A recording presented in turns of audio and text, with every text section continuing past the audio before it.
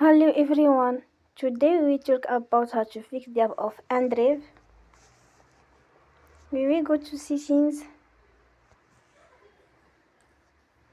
then we click on apps. After that you will search the app inDrive and then we click. Then you will on force stop. After that you will go to storage.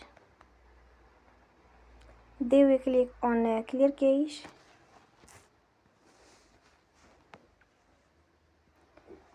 In the end,